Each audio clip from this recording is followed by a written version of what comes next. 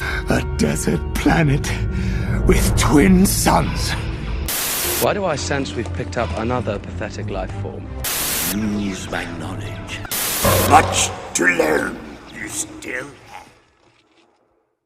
Welcome back to Twin Sun Talks, folks. I'm your host, Jonah Liu. Thank you so much for listening.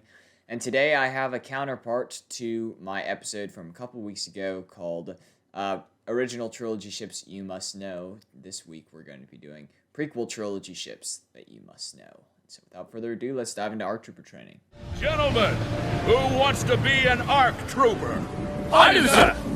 So, much like the previous episode, we're going to be going into kind of what I think are the most significant and or important ships to know from the prequel era of Star Wars. And the prequel era goes from episode 1, which is the Phantom Menace, all the way to episode 3, which is Revenge of the Sith. So that covers Phantom Menace, Attack of the Clones, and Revenge of the Sith.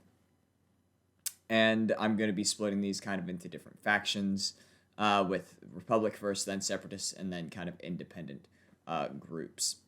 So, first off, with the Republic, we have the Venator-class Star Destroyers, or Jedi Cruisers, as they're called at the time. So these are the large capital ships that the Republic uses. They are the precursors to the Imperial Star Destroyers we see in the original trilogy. And they are, I would say, one of the more recognizable ships from this era. We also have light cruisers and acclimators, which are essentially scaled-down versions of the larger Star Destroyers. Acclimators were primarily troop transports rather than battleships, and light cruisers were essentially just companion ships that weren't essentially primary ships that are more attack-based. We also have gunships, which were smaller-scale troop transports that landed troops on the ground. We see that at the Battle of Geonosis, and we see them throughout the Clone Wars. We also have Y-wing bombers, which carry over. They are also seen in the original trilogy, but they were first utilized during the Clone Wars, and we see them whenever the Republic is trying to take out the ion cannons of the Malevolence. We also see them in the Umbara arc. We see them kind of everywhere, and so we see them in the original trilogy after they've been repurposed after the Clone Wars. Moving into ships that may be a little more obscure, V-19 Torrent starfighters were utilized during the Clone Wars, and we see them in the Clone Wars movie. They're the ones that kind of look like, I'm trying to think. They kind of look like a they kind of look like a fork without the handle. But they had two downward-facing wings and then a central fin in the middle that came down whenever they were flying, and whenever they landed, it would fold back up. But it was a three-winged ship that we see utilized within the Clone Wars show. And then there were ARC 170 starfighters, which look a lot like X-Wings, but they're a little bit different. They have 4 stability wings that come out, kind of like an X-Wing, but they have 2 main wings that stay stationary out on either side of the ship itself. And we see these in episode 3, Revenge of the Sith, and then we also see them utilized in the Clone Wars as well. And then, these are kind of obscure as well, but we have Alpha 3 Nimbus class V-Wings, which were essentially escort ships that would kind of come in beside ships that were entering the atmosphere of a Republic-controlled planet, and would get their clearance codes and kind of validate that they were not enemy ships. So we see those in Revenge of the Sith. We see them in Bad Batch. We see them in a lot of these. They're essentially we don't see them in combat all that much, but we see them kind of fly in alongside ships and kind of escort them to landing platforms and stuff like that. Going into Jedi starfighters, we have the first ones, which we see in episode 2, which are the triangle ships.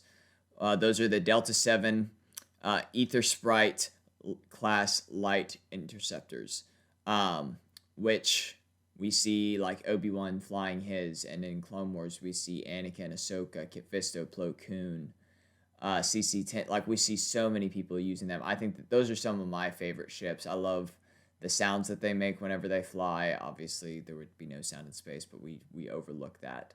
And I just think the design is super, super cool. The other variation of Jedi or Jedi starfighters that we see them first in Episode 3, but we also see them within the Clone Wars show, which Anakin and Obi-Wan are flying in Episode 3. They are the ETA 2 Actus Light Interceptors. So those are the ones with the little stability wings that fold out of the wings. They're not triangle shaped, but they're still very, very cool. Both of those require hyperspace rings to travel through hyperspace. So we see those with like little attachments that they can fly into because they don't have built-in hyperdrives. So they need those in order to travel through hyperspace if need be. So, all that said, that's what I believe are the most significant Republic ships. Let's move on to Separatists. So, there are more capital ships for the Separatists than for the Republic. First of which being the Providence-class Dreadnought, which I believe is the same as the Invisible Hand, which was Grievous's capital ship in Episode 3. These are the big ones that have kind of almost the hog nose on the front. They're pretty distinct. Lucrehulk class battleships are the ones that look like crescents with the little ball in the middle. And those were primarily used by the Trade Federation before they were sold to be used by the Confederacy of Independent Systems during the Clone Wars. But we see them, if they have blue markings on them, then they are CIS ships, and if they do not, and they're plain gray, then they are Trade Federation ships. That's a cool way that they distinguish between the two. We also have Munificent class star frigates, which are the ones that kind of have the two shells on the front that are separated by a small gap. Those are I would say the most common capital ships that we see kind of squaring off against Jedi cruisers in Clone Wars and in Episode 3, Revenge of the Sith. Then we also have Recussant class Commerce Guild destroyers, which are just another variation of, they're pretty similar to Dreadnoughts, but they kind of have the pointy nose. This one might be the one that the Invisible Hand is. I'm not entirely sure, but it has a long, thin part and then three big ion engines on the back. And lastly, of the capital ships, we have the Malevolence, which there's only one of these, and it was kind of like, almost like the Star Destroyer, or the Death Star of this age. And we see this in the first real arc of the Clone Wars. It's episodes 2 through 4, I believe, which follows the arc of the Republic attempting to destroy the Malevolence. And what the Malevolence was it was a giant capital ship which had two massive ion engines on either side of the ship itself. And those ion engines would send out an electromagnetic shock wave, which came out like a giant ball of electricity, essentially, which would render enemy ships useless. And whenever they got caught in this field, they would not be able to move or fire back. They would be sitting ducks. We see Plo Koon fall victim to this. He and his troops survive, spoiler alert. But we see them, take place in the Clone Wars, and I would highly recommend watching it if you haven't already. Go back to my episodes 2 and 3 of this podcast to see my roadmap through the Clone Wars, making it easy and manageable to go through that amazing but long series. If you have time, I would recommend watching all of it. But yeah, that's all. As far as starships and transports, we have Vulture droids, which are kind of the iconic droid starships that we see a lot in episodes 1, 2, and 3, as well as in the Clone Wars. Droid gunships, which we see in episodes 3 and in the Clone Wars. Those are the ones that kind of look like they have a face almost. We see them in the tail end of the Clone Wars. They were kind of first introduced in the Alderaan arc. They're pretty cool. Hyena bombers, which are essentially Vulture droids, but they have bombing capabilities. And then Tri-Fighters, which are introduced. They're kind of utilized within Clone Wars, but not really. We see them in Episode 3. They're the ones that also look like they have a face, but they're more spherical, and they have 3 laser guns that point forward. We also have C-9979 landing crafts, which are the kind of the standard landing crafts that we see taking droids down to planet surfaces. We see them in from episode 1 to 3, and in the Clone Wars as well. And we also see Trident class assault ships, which are almost exclusively seen in Clone Wars. But what they are, essentially, they have 4 tentacles almost. They kind of look like squid. And they have beaks, which allow them to pierce through metal surfaces. And so they can board ships that way, or they can infiltrate.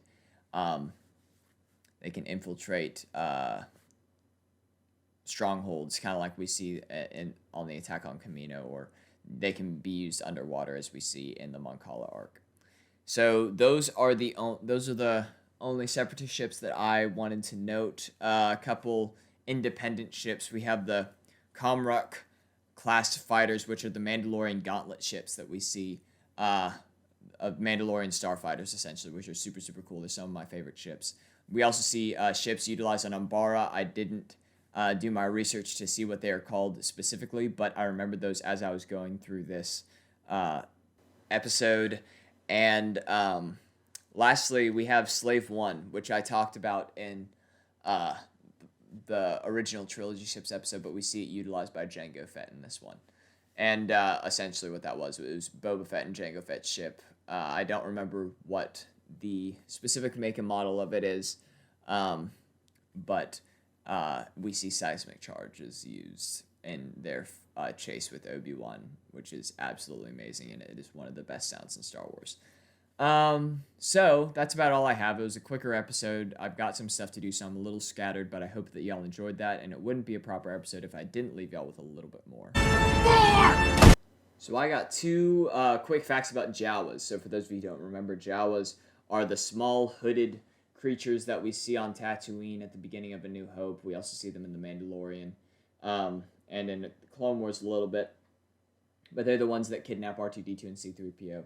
And they travel in this thing called the Sandcrawler. And the number of droids that they can fit in a Sandcrawler would be 1,500, give or take.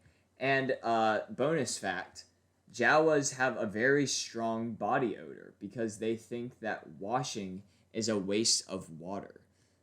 Because we know on Tatooine it's a giant desert, so water is very scarce. And so I just thought that that was very interesting. And obviously they aren't just on Tatooine. We see them on wherever QL lives. I don't remember which planet that is, but it's I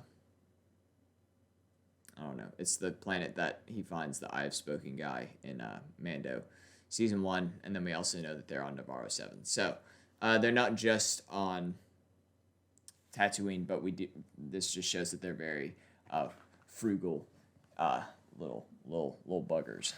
So that's all that I have for y'all. Hope that y'all enjoyed this episode. If you think that I missed any ships, feel free to call me out. Email me, twinsuntalks@gmail.com. DM me @twinsuntalks on Instagram. Leave a comment on YouTube. We are Twin Sun Talks Podcast. Whatever you would like, I would love to see y'all's comments and correct myself if need be. Okay, that's all I have. You've taken your first steps into a larger world. May the Force be with you, and I will see y'all in the next episode. Bye, friends.